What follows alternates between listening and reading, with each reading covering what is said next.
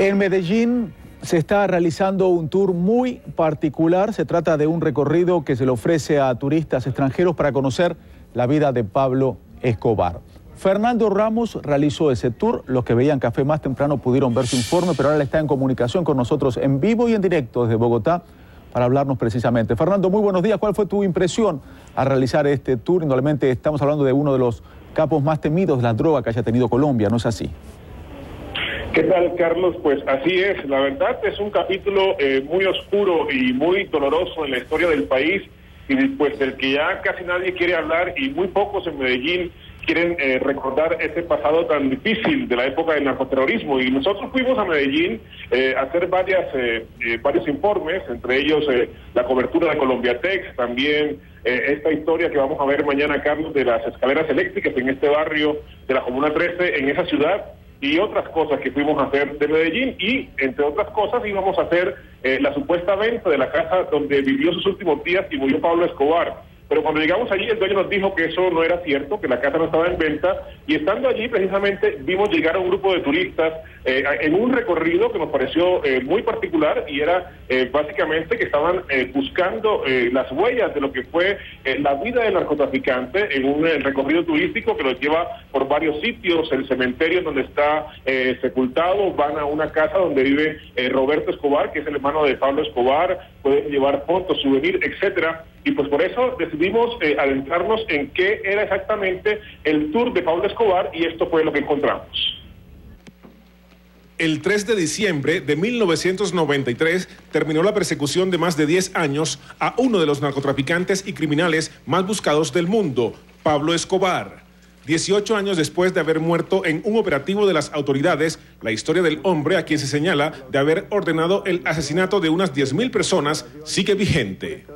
Muchos turistas extranjeros llegan hasta aquí para conocer un poco más a fondo sobre la vida de Pablo Escobar, el más peligroso y temido capo de las drogas que haya tenido el país. Medellín hoy es una ciudad distinta que ha superado la época del llamado narcoterrorismo, pero en la que aún quedan algunas huellas de lo que fueron los lujos producto del dinero del narcotráfico. Escobar fue calificado en 1989 por la revista Forbes como uno de los 10 hombres más ricos del mundo. Este edificio, en uno de los sectores más exclusivos de la ciudad, es parte del recorrido del llamado Tour de Pablo Escobar, que sus operadores promocionan en varios de los hoteles con avisos como este, en el que se ofrece un recorrido al centro de su vida. Venimos aquí prácticamente todos los días con grupos, hacemos un tour de ciudad que dura más o menos 3 horas, donde visitamos el cementerio, se cuenta una historia, vamos al edificio Mónaco donde hay otra historia, luego venimos a la casa donde murió, que fue acá, y al final del tour vamos a una casa museo donde se cuenta, hay cosas que fueron de Pablo, ¿no? Se cuenta una historia también en esa casa, y ahí los turistas conocen a Roberto, que es el hermano, le pueden hacer preguntas, tomarse fotos, y es un tour más o menos de 3 horas. En el techo de esta casa fue abatido Escobar, un lugar que continúa deshabitado porque muchos temen vivir allí. Nadie se amaña. Generalmente el que viene ahí, ligero vuelve y se va. ¿Por qué será? Pues dicen que sienten ruidos, que no se amañan. Y todos esos mitos y leyendas alrededor de la muerte de Escobar alimentan la curiosidad de los turistas sobre una historia de la que la mayoría de los habitantes de Medellín quieren cerrar la página. Este es un tour diseñado para los extranjeros. Aquí la gente de Medellín no quiere saber nada de esa época, en absoluto. Pero el tour es muy popular para los mochileros y todos los europeos que vienen acá, eso es cierto. En Medellín turísticamente ha avanzado mucho, el turismo en Medellín se ha incrementado muchísimo en los últimos 5 años. Obviamente nosotros tenemos mucho que mostrar, pero yo como guía turístico, esto es parte de la historia. El costo del tour va de los $50 por persona en recorridos colectivos a $150 para quienes lo prefieren hacer de manera individual. Algunos souvenirs, como películas de Escobar y fotos inéditas del capo, cuestan en promedio $30.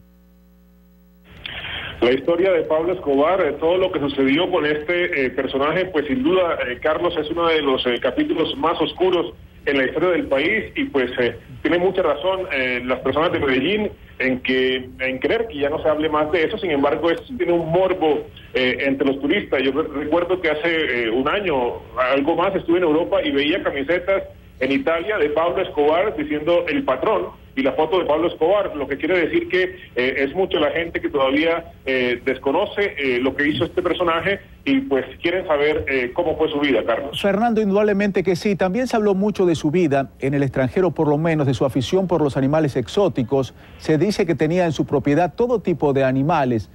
¿Qué pasó con esos animales? Ya pasó mucho tiempo desde su muerte, pero ¿qué pasaron? Pues tengo entendido que había desde jirafas, elefantes. ¿Esto es verdad o es un mito? No, es verdad, estaban en la llamada Hacienda Nápoles, que actualmente está pues convertida en un sitio de atracción turística también. Allí aún hay algunos hipopótamos que fueron llevados allí por Pablo Escobar. Tenía algunos gustos muy excéntricos y pues allí tenía su propio zoológico con animales de todo el mundo. Tenía jirafas, como usted decía, hipopótamos, tenía toda clase de animales exóticos y algunos murieron, otros aún están allí.